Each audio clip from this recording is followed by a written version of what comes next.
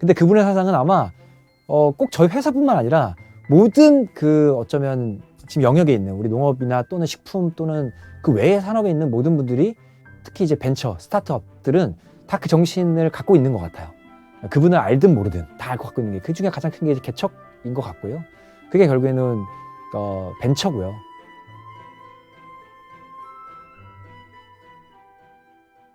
저희는 이제 농업을 잘 아는 에그 플랫폼 컴퍼니 로갸라는 회사 하고요. 그다음에 농업 빅데이터를 분석을 해서 농산물의 가격, 그 미래를 예측하는 ICT 기업인 그 파메어를 경영하고 있는 권민수라고 합니다. 그래서 로갸라는 회사는 전국에 있는 산재되어 있는 어떤 그 품목들 그리고 생산자들과 이제 계약 재배를 통해서 농산물 가격의 등락폭이 올라가든 내려가든 안정적인 가격으로 수매를 하는 그런 시스템을 통해서 전국에 한 150명의 생산자들과 60개 품목의 농산물을 유통을 하고 있습니다. 네. 그 이후에 2019년 이후에 파메어라는 데이터 기업을 설립을 한 거고요. 그리고 그 이후에 품목에 좀 다각화를 좀 시켰고요. 그래서 지금은 이제 뭐 화훼 분야라든지 뭐 과수라든지 이런 분야까지도 이제 진출을 해서 보다 많은 생산자들이 농산물을 안정적인 가격으로 판매할 수 있는 그런 기틀을 좀 마련했던 것 같습니다. 네. 창업이란 게 결국에는 문제점을 인지하는 것이 굉장히 중요한데 저희가 이제 농산물을 지난 10년간 생산 유통을 하면서 그다음 또 가공식품도 만들어보고 하면서 처음 생각했던 문제점이 이제 가격의 불안정이었어요. 그래서 이제 계약 재배라는 것이 조금 더 확대됐을 때 생산자들이나 또는 농촌이 되게 중요한 의미들이 있잖아요. 그런 것들이 안정화가 된다라는 개념을 출발했다면 파메어 같은 경우는 역시 또 가격에서 출발했습니다. 그러니까 그 가격에 있어서 우리가 주식시장, 증권시장을 바라보면 삼성전자, 뭐 LG전자, 뭐 이런 우리나라 기업들의 재무 정보라든지 그다음에 시가총액이라든지 결국에는 그 기업의 가치가 명확하게 숫자로 표현이 되고 그것을 누구나 인터넷만 할 수 있는 사람이면 누구나 이제 볼 수 있잖아요. 순식간에 그게 분석이 가능해진 거죠. 결국에는 그게 이제 표준화됐다고 하는데 농업은 그렇지 않습니다. 그러니까 농산물 가격을 농산물 전문가에게 물여쭤봐도 지금 감자 가격이 얼마인가요?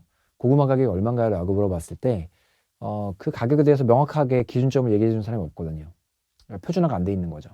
그러다 보니까 그 시장이 표준화가 안 돼 있으면 어떤 의사결정을 하거나 유통에 있어서 뭐 다양한 문제점들이 발생하는 겁니다. 본질적인 문제인 것이죠. 그래서 그거를 먼저 해결하겠다라는 게 출발이었고요.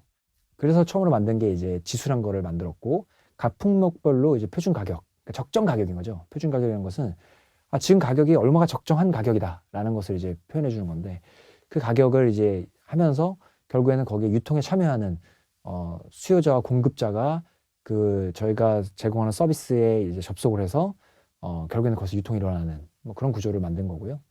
그래서 나아가서는 그게 이제 짧게는 3개월, 길게는 1년까지 앞으로 감자 가격이 얼마다 될 거다, 고구마 가격이 얼마가 될 겁니다라는 것을 저희가 인공지능을 활용해서 예측을 하고 있습니다. 그래서 결국에는 비즈니스 모델은 여러 가지가 있겠지만 가장 대표적인 것이 아마 국내 최초의 사례이기도 합니다. 세계 최초의 사례이기도 한데 세계적으로도 없을 거예요. 농업과 관련된 데이터를 그 자체를 이제 그 특정 기업에 이제 판매를 한 거거든요. 근데 그 판매한 금액이 적은 금액이 아니라 굉장히 큰 금액에 판매를 하고 있고 여러분들이 너무 잘 아시는 블룸버그나 로이터와 같은 그런 데는 이제 금융 정보를 모아서 이제 그 고객사들한테 증권사를 제공을 하잖아요. 단말기라는 걸 제공하고 있는데, 그러니까 정보들을 이제 판매하는 거죠. 그래서 지금은 이제 조 단위 회사가 됐죠. 세계적인 기업이 됐지 않습니까? 그래서 결국에는 농업에 있어서도 농업에 있는 데이터들을 저희가 가공을 해서 또는 분석을 해서 그 데이터를 굉장히 큰 기업한테 그걸 판매했다라는 것 자체가 농업에는 되게 큰 의미가 있는 거고요. 어쩌면은 그 4차 산업혁명과 관련된 비즈니스가 농업과 융합이 돼서 실제로 돈을 이제 벌고 있는 그런 어떤 모델이라고 보시면 될 것 같습니다.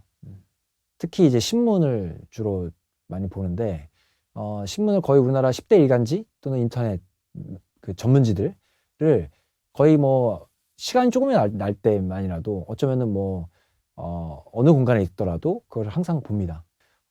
왜 그걸 이제 자주 보냐면 사실을 기승전결이 명확하고 그걸 이제 습득하면서 이제 세상의 흐름을 이제 이해할 수 있게 되고요. 거기서 결국은 앞서 말씀드린 것처럼 문제점이란 것들이 존재하는데 다른 산업의 문제점이 또는 농업의 문제점이기도 할 때가 있거든요. 그래서 그런 것들을 이제 그 다른 산업에서 아니면 또 개발되었거나 또는 잘 되고 있는 비즈니스 모델이라거나 그런 것들을 결합해서 사업을 하고 있거든요. 그래서 그런 부분들이 어쩌면 문제점을 바라보고 그 다음에 어떠한 정보든지 그 정보들을 계속해서 제가 얻고 있는 것, 그것이 결국에는 이러한 비즈니스 모델을 만드는데 중요한 것 같아요. 그리고 또 하나는 저희가 이제 갖고 있는 어떤 사명감이 있어요. 그러니까 농업이라는 분야는 우리가 생존과 굉장히 직결된 산업이고 그 다음에 시장 규모도 되게 큰 산업이에요. 근데 그에 비해서 되게 저평가되어 있습니다. 그래서 그러면 결국엔 기회거든요. 시장 규모 되게 큰데 평가가 안 돼 있다. 그러면은 주식을 봤을 때 되게 좋은 주식인 거잖아요. 그렇죠? 거기에 투자하는 게 맞지 않습니까? 그러니까 마찬가지입니다. 그래서 그럼에도 불구하고 많은 자금이 들어오지 있지 않고 우수한 인재들이 별로 없습니다. 그러니까 그거는 우수한 인재들이 많이 없다는 거는 지금 현재는 농업에서는 굉장히 문제점이죠. 근데 그게 시장에 참여하는 사람의 입장에 봤을 때는 큰 장점이 될 수 있고요. 어떤 그런 농업을 좀 바라보는 시각, 그다음에 이 농업에서 이렇게 좋은 시장에서 남들이 봤을 때는 되게 사양 산업을 생각하지만 우리는 되게 좋은 시장으로 반대로 보고 있는 거죠. 이 좋은 시장에서 할 수 있는 것도 너무 많고 그러다 보니까 적용할 수 있는 것도 너무 많은 거죠. 그리고 제가 지금 ICT를 적용을 했고 또 저희가 스마트팜을 하고 있는데 거기에 소재들은 바이오 소재들이거든요. 그러니까 또 바이오를 결합할 수 있고 그러니까 모든 산업을 융합을 할 수 있는 어쩌면 유일한 산업. 그리고 우리 기업들이 이제 지속 가능한 걸 추구하잖아요. 그래서 지금 이제 지속 가능하기 위해서 소비자들이 많이 변하고 있고 그렇기 때문에 그 소비자들이 먹는 것들 이외에 다른 가치들을 추구하지 않습니까? 이게 친환경적인 것인가? 그러니까 되게 많이 복잡해진 거예요, 소비가. 근데 이 농업이라는 것은 우리가 지금 인류가 생존하고부터 지금까지 보면 어쩌면은 변함없이 계속 지속 가능해 왔거든요. 그러니까 지속 가능한 가치를 특별히 추구하지 않아도 그 산업 자체만으로도 지속 가능하다는 거죠. 우리 일가야 재단에서 되게 중요한 정신, 개척 정신인데 그 개척한다는 그런 마음가짐? 그런 것들이 스스로 그냥 영감이 자연스럽게 오는 것 같아요. 그리고 그 영감이 왔을 때 그것을 생각만 하는 것이 아니라 일단은 시장에서 검증을 해야 되거든요. 소비자가 뭘 원하는지 아무도 몰라요. 사실은 우리가 스티브 잡스도 모르고 사실 모르는 거예요. 근데 그거를 출시를 했을 때 소비자의 반응을 보고 또 이제 개발하고 더 개발하고 해서 결국에는 큰 기업이 된다고 생각을 해요. 아직 큰 기업은 아니지만. 그래서 그렇게 생각이 딱 영감이 오고 그다음에 그 생각이 들었을 확신이 들면 일단은 실행하는 겁니다. 빠르게 실행하고 그 실행이 이제 소비자들로부터 판단을 받는 것. 그 과정이 되게 뭐 이런 파미뿐만 아니라 로그에 있는 수많은 제품에서도 다 그렇게 제품이 탄생했습니다. 네. 수상 소식을 듣고 그다음에 수상 이후에 봤다면은 어쩌면 저희가 했던 것들이 그분의 그 지나온 그 시대적 배경은 물론 다르지만 여러 가지 면에서 겹친 점이 많다라고 생각을 하고 있고요. 근데 그분의 사상은 아마 꼭 저희 회사뿐만 아니라 모든 그 어쩌면 지금 영역에 있는 우리 농업이나 또는 식품 또는 그 외의 산업에 있는 모든 분들이 특히 이제 벤처 스타트업들은 다 그 정신을 갖고 있는 것 같아요. 그분을 알든 모르든 다 알고 갖고 있는 게 그 중에 가장 큰 게 개척인 것 같고요.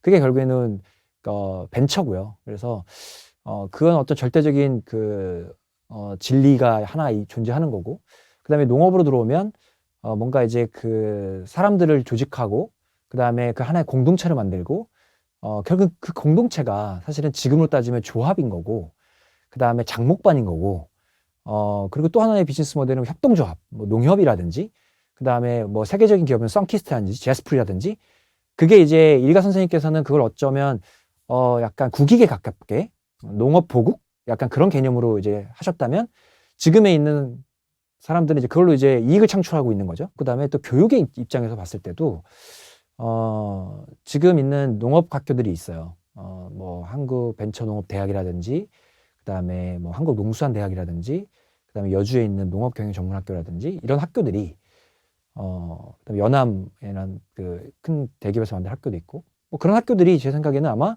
가나온 농군학교라는 그런 스크롤 롤 모델이기도 하고 또는 그런 농업 쪽이 아니더라도 정신과 관련된 힐링을 하는 어떤 그런 캠프들 있잖아요. 뭐 그런 것들도 결국에는 그런 가나안 농군학교의 하나의 일가 선생님의 하나의 어떤 모델이지만 그 모델에서 다 파생된 산업이라고 생각해요. 그래서 특정하게 뭐 저희 회사는 당연하고요. 그뿐만 아니라 많은 영역에 그런 정신들이 좀 녹아 있다라고 생각합니다. 결국에는 지금 모든 산업에서 상생이 이루어지고 있잖아요. 그러니까 왜 하냐면요. 그 사람들이 이익을 추구하는 집단들인데 왜 상생을 하냐. 상생을 하지 않으면 생존할 수 없기 때문이에요. 지속 가능하지 못하기 때문에. 결국에는 그런 가치를 소비하는 시대니까. 얼마나 착한 기업인가? 얼마나 세상에 좋은 일을 하는가? 그런 것들이 공익적인 것들이 기업에 있지 않으면 소비자들은 물건을 사지 않기 때문에 하는 거죠. 근데 저희는 뭐 그렇게 출발하지는 않았지만 역시 그 시장의 문제점이 생산자가 또는 생산자가 갖고 있는 농촌에 있다고 생각한 거죠. 그래서 그 생산자가 안정을 추구하는 것이 어쩌면은 저 회사의 이득이 될 수 있다라고 생각한 거죠. 그게 이제 결국엔 첫 번째 상생이었고요. 그래서 생산자들은 안정적인 소득을 얻게 됐고, 저희는 이제 그걸 통해서 이익을 얻게 됐고, 그게 이제 첫 번째 상생이었고, 또 하나의 대표적인 사례가 이제 꽃 시장입니다. 그러니까 위기에서 항상 기회가 있는데 되게 진부한 얘기지만 그건 진리인 것 같습니다.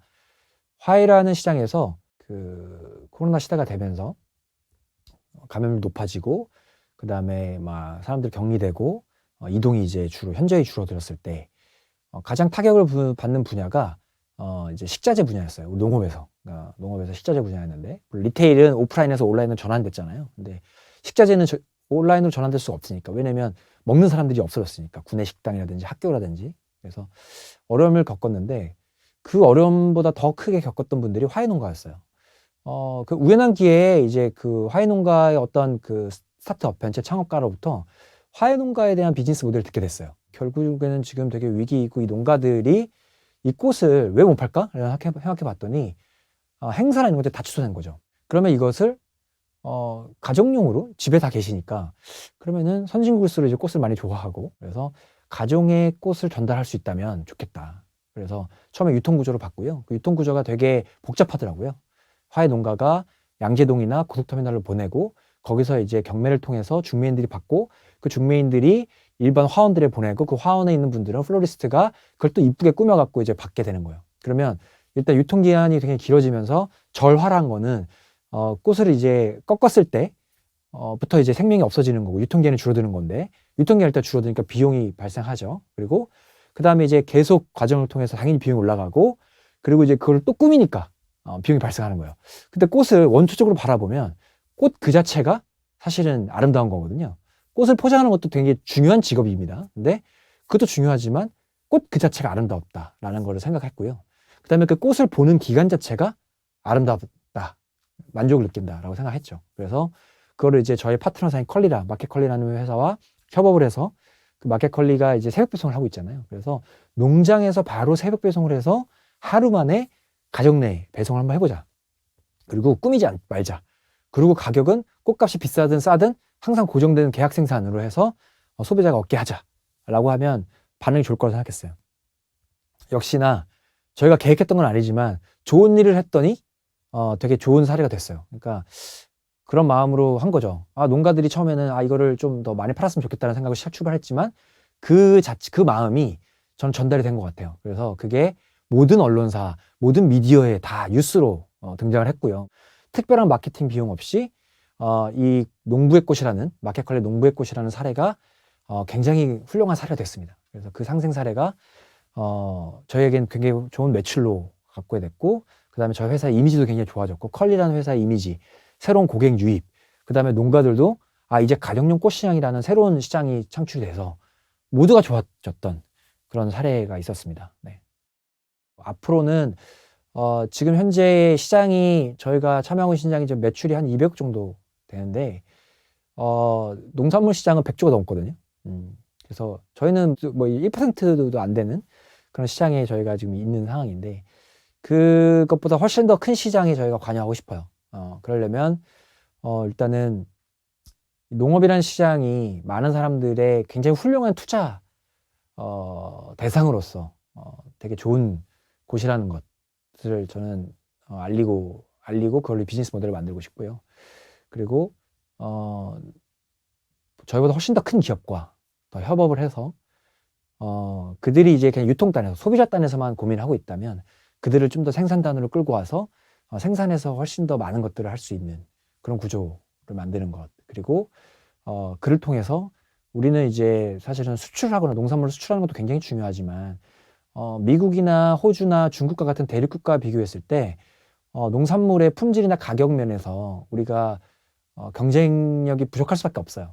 환경 자체가. 우리는 땅이 작고 기후도 농업하기 되게 안 좋은 기후예요. 우리는 사계절이 뚜렷한 게 좋지 않거든요. 그래서 그런 환경 속에서 우리의 생산자들, 우리의 대한민국 사람들이 너무 똑똑하기 때문에 잘 지금 유지하고 있는 겁니다. 그래서 결국에는 그런 농산물을 수출해서 뭔가 우리나라의 농업을 스케일업 하는 건 한계가 있다. 결국에는 우리가 파메어 같은 어떤 비즈니스 모델, 그런 시스템을 만들어서 그 시스템을 수출하는 것이 우리 농업이 갈 길이다라고 생각하고 있거든요. 그래서 나아가서는 이제 우리 농업 시스템을, 한국에서 성공한 시스템을 해외로 수출을 하고, 그래서 그런 다국적 기업들 있잖아요. 지금 농업 기업들, 우리나라에서도 그런 기업들을 만드는 것, 그런 것들을 앞으로 해야 되지 않을까라는 생각 갖고 있습니다.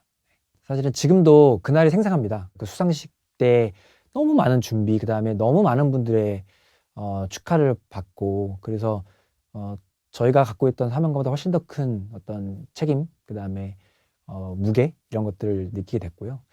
그래서 그날 이후에 좀 많은 마음의 변화들이 생겼던 것 같아요. 그래서 굉장히 좀 감사하게 생각하고 있습니다. 그래서 그분들께 하고 싶은 말씀은, 사실은 지금 매우 어려운 상황입니다. 근데 언제나 어려운 상황은 존재했던 것 같아요. 그래서 다양한 분야에 계시겠지만 제 생각에는 그런 어려움들을 생각하면 스트레스 받아요.